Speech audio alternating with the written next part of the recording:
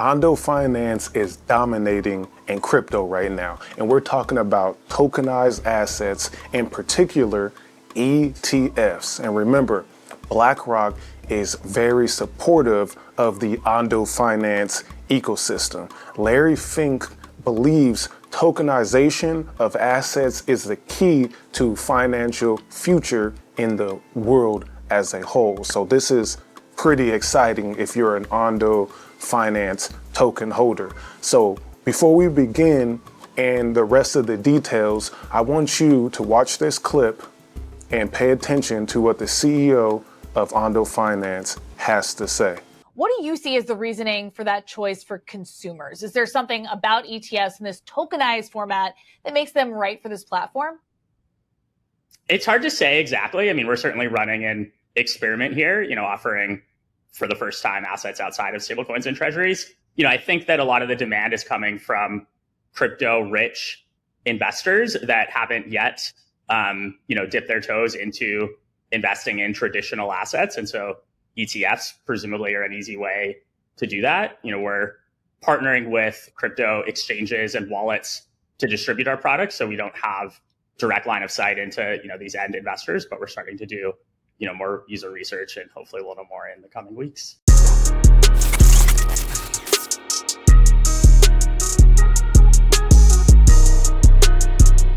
ETFs represent 50% of Ondo's global market adoption, highlighting early traction as Ondo brings capital markets on chain. It is happening, y'all.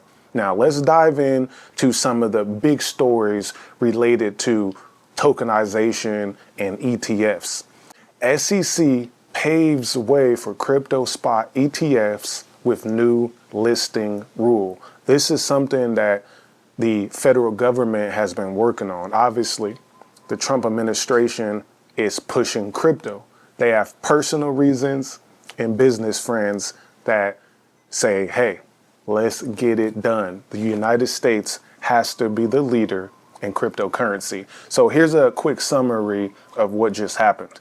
SEC commissioners vote to open crypto ETF floodgates. Okay.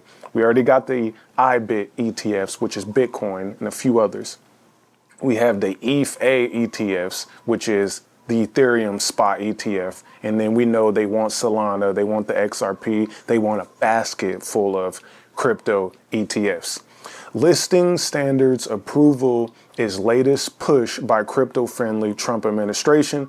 Trading could begin in host of new products in October. So pay attention. Next month, we should get a lot of announcements about new ETFs, which hopefully for us holders bring liquidity into the markets so those assets can pump. All right. The public has spoken. Tokenized markets are here and they are the future, says Carolyn D. Pham, acting chair of the CFTC. The Commodity Future Trading Commission announced an initiative to permit stablecoins and tokenized U.S. treasuries to serve as collateral in derivative markets with notional value in the hundreds of trillions.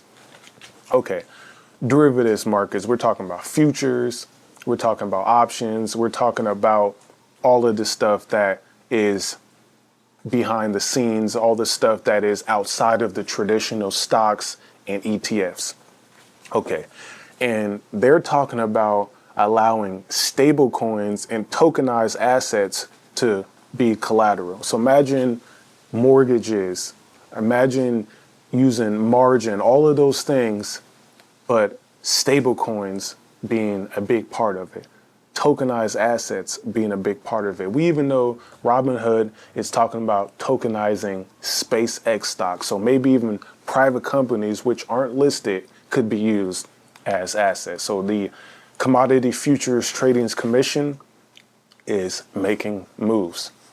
Now, the recent RWA report from 2025, this is talking about tokenized assets. Number one, tokenized U.S. treasuries up 85% year to date. This is where you earn about 4% or so from the U.S. government for lending them money.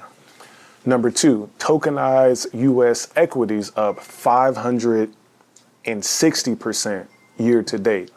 That's a 5x, almost a 6x. Number three, tokenized commodities up 127% year to date.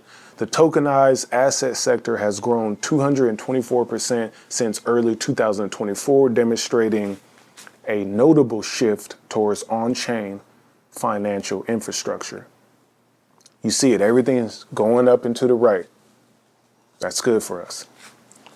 And Ondo says here, Ondo tokenized stocks and ETFs are changing how markets are accessed worldwide. Just weeks after launch, Ondo Global Markets is already the largest platform of its kind with 250 million in TVL, that's total value locked, 400 plus million in total volume, and 30 plus global markets affiliate partners. That's the JP Morgansons, that's the Franklin Templetons, that's the European banks, the Asian banks. They're all tapping into what Ondo Finance has. And remember, this is Ondo tokenizing US treasuries, tokenizing bonds, stocks, and ETFs. I want y'all to check this out. So this is the next big piece of information before we get to some technical analysis, all right? So I want y'all to check this out. We got, how do you truly get global access to assets that people really want, like US capital markets? Tokenization actually helps quite a bit. So check this out. What does what you're doing actually mean for the future of not just TradFi, but also finance overall?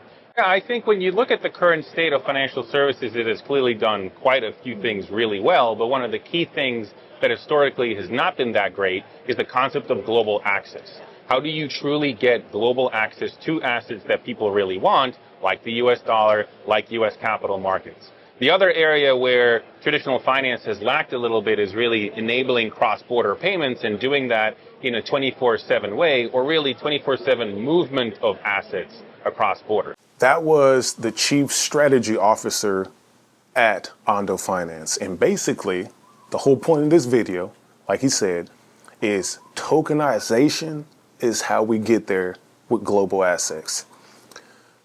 If you're in the United States, obviously you can't use Ondo's tokenization platform.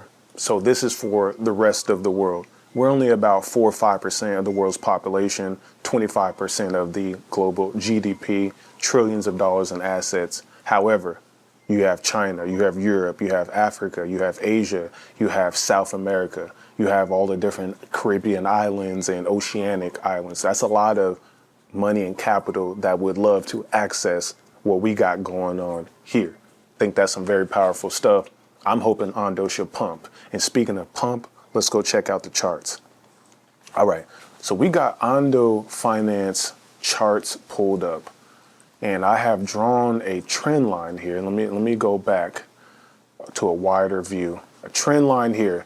Why? Because in December, during the Trump inauguration, right after he won, we have a giant pump with all of the assets, Ondo hitting about $2.14. Since then, we have a retracement. Let's zoom in. So that retracement line has been broken briefly in September, and we're slightly under it again, okay? We had a pullback in this last few days. I expect a leveling out of all the pricing, consolidation, and then a major pump to end the year in Q4. So here we are. We need Ondo to get back above this line, whether it's down here or way over here. It just needs to get back above, closer to $1. And if we go to the weekly chart, if you look at it overall, Ondo is doing great relative speaking from its initial start in the markets in 2024, almost 2 years old. So it has, been stuck in this range again since February, so most of this year. But again, we're so close to having a nice complete break of that high from December, which was the all-time high. Go back to the daily chart. Right now, if you look at the MACD, it has crossed under, so has the 8 and the 21. That means price is heading down and is slightly under the 200 SMA. So once it hits back above the 200 SMA, breaks this line, we should be heading into a nice Q4, MACD cross back up, explosion, okay? If we go look at the RSI is under 50. Under 50 is not what we want, but we don't want it to go too far under 40, right? Once it hits 50, breaks back through, we want it to head back towards these levels here, which is about 60 something, and this is how you get it to break. These pink color boxes here are the volumes, right? The main traded volumes. And we need Ondo to break here, which is about that 95 cents, head back to $1. It should have an easy transition heading here. And then once this level breaks, this is the $4. Like I said, we need it to get above here. Then once it reaches this level, the sky is again the limit. Macro, we need Bitcoin, we need Ethereum, we need liquidity as a whole, but the tokenization narrative has just begun. So let me know what you think about the future of Ondo Finance and heading to Q4 next week, ending the year. Do you think Ondo pumps to a new all-time high, do something crazy, or do you think Ondo is a bust? Let me know what you think in the comments below. Passive income, gold in my dental, thank God for my mental. Investor fundamentals, told my girl it was simple.